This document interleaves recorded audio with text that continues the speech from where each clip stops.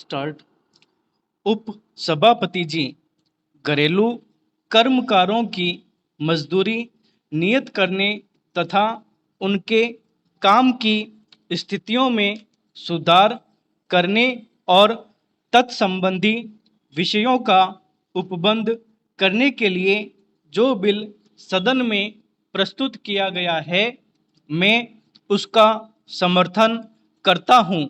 श्रीमान, इस देश में गरीबी के कारण, बेरोजगारी की वजह से और सुविधाएं उपलब्ध न होने के कारण जो भी छोटे छोटे बच्चे हैं, उनको घरों में हर प्रकार के काम करने पड़ते हैं, जैसे खाना बनाना, बर्तन साफ करना, कपड़े धोना, बच्चों को स्कूल छोड़ना आदि। घरेलू काम के नाम पर उनको हर प्रकार के काम करने पड़ते हैं। तात्पर्य यह है कि मासूम बच्चों को इस देश में किस प्रकार की सुविधा नहीं है, जिसके कारण उनको घरों में नौकरी करनी पड़ती है। घरेलू नौकरों के रूप में उनको अनेक प्रकार से शोषण भी होता है। बहुत दिनों से यह मांग की जा रही है कि इस प्रकार के लोग संगठित नहीं हैं, इसलिए उनको शोषण से मुक्त कराने के लिए सरकार की ओर से प्रयास किया जाना चाहिए।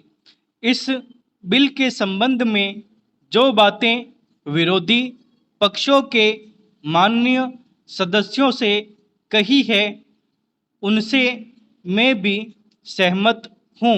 मेरा भी यही मत है कि इन छोटे छोटे बच्चों का जो शोषण होता है, उसको रोकने के लिए सरकार को कारगर कदम उठाने चाहिए।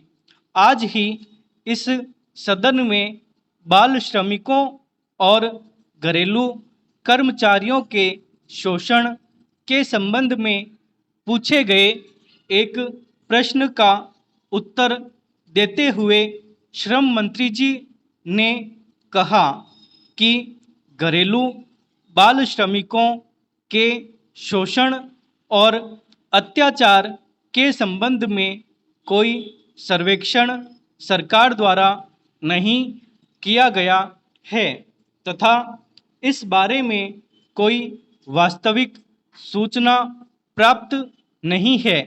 फिर भी इस बात से इनकार नहीं किया जा सकता है कि सामाजिक और आर्थिक स्थितियों के कारण सैकड़ों बच्चों को घरेलू नौकरों के रूप में काम करना पड़ रहा है।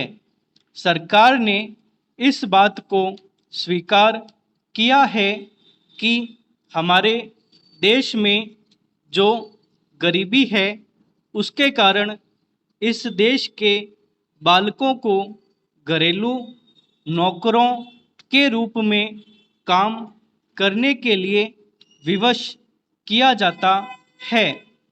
इसलिए मेरा सुझाव है कि सरकार को इस संबंध में पहले निश्चित सर्वेक्षण कराना चाहिए। बहुत सी गैर सरकारी संस्थाओं ने भी इसका कोई न कोई सर्वेक्षण किया होगा। सरकार उनसे जानकारी ले सकती है।